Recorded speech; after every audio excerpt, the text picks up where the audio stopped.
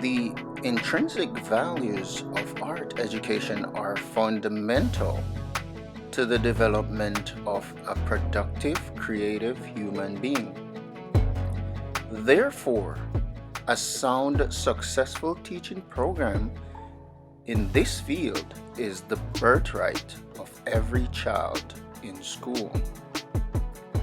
Some people ask, why teach art? Assuming that art is a gift to a few and that either you have it or you don't.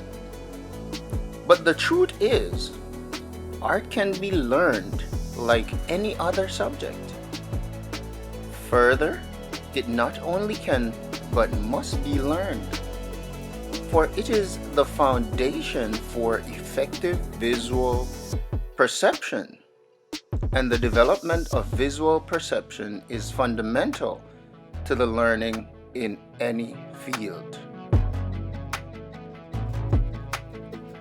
Art, for the most part, deals with sight, and to be visually literate requires the same processes of learning as those found in any other forms of study, of course. Now, it plays a foundational role in every other subject. And I just want to give a few examples, just a couple examples. The art of writing, which is in everything. Making letters are actually drawing lines. That's very simple. Everything that was made, or most things that were made, were drawn. There's a blueprint for it. Now, I'm not disputing the fact that some things are intuitive. There are artists who are intuitive artists. They're classified as intuitive artists, or in other words, self-taught. So I want to make that clear, unequivocally clear, that there are some self-taught artists. Personally, I was in that category before I became a trained artist like most other artists, right? And so you don't always have to learn from a human teacher. We can learn from nature. When we take, for example, when we look at a bird building its nest, how we can learn from that bird. That bird will have to gather straw.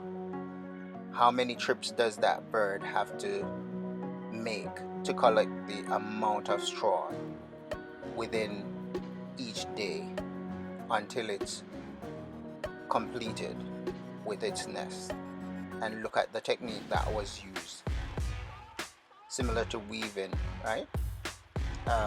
Collecting those fibers, those straws, and whatever it's able to carry in its beak.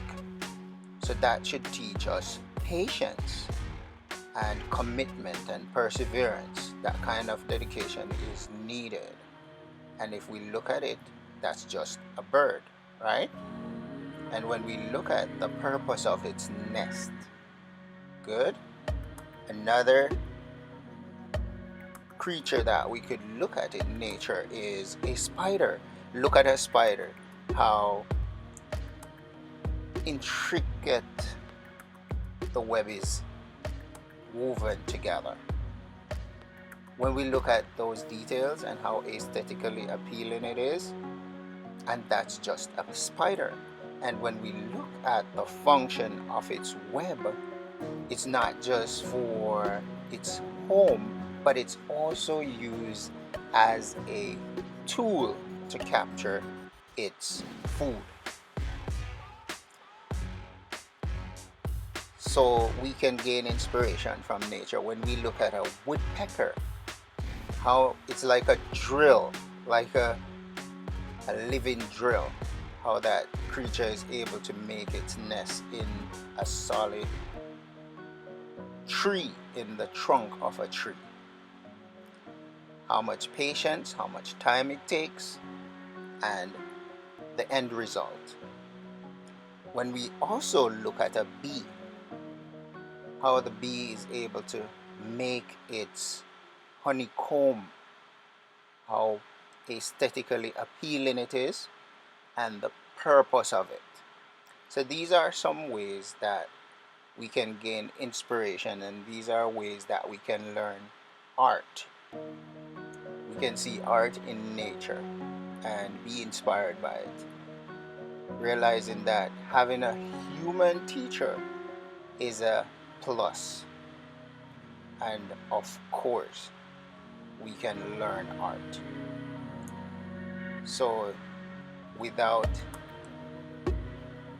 any misconception, art can be learned. There's no debate, it's undebatable. Alright, so what I have here is the human figure, how you can use simple shapes. First I would have folded the paper in 2 equal halves. So if you don't have a ruler or a straight edge to draw a line in the center of the paper, that's one way you can get that line, the impression of a line in the center of the paper. Because when you're drawing the human figure, you're trying as best as possible to make things proportionally correct, create a sense of balance, right? Because your reference that you're looking at would have been perfectly balanced, right? A normal human being. Good.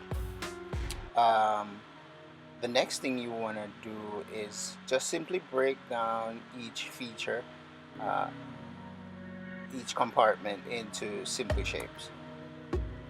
And I use just one specific shape, predominantly the triangle, and the head, with the exception of the head being an oval. Right? So you can watch this video. Hopefully you can learn this strategy.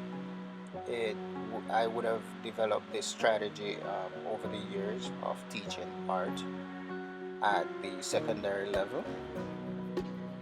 And interestingly, my students, some of my K to 5 students would have capitalized on this strategy and come up with some really good results. Hope you enjoy. Thanks for watching. Please remember to subscribe and share.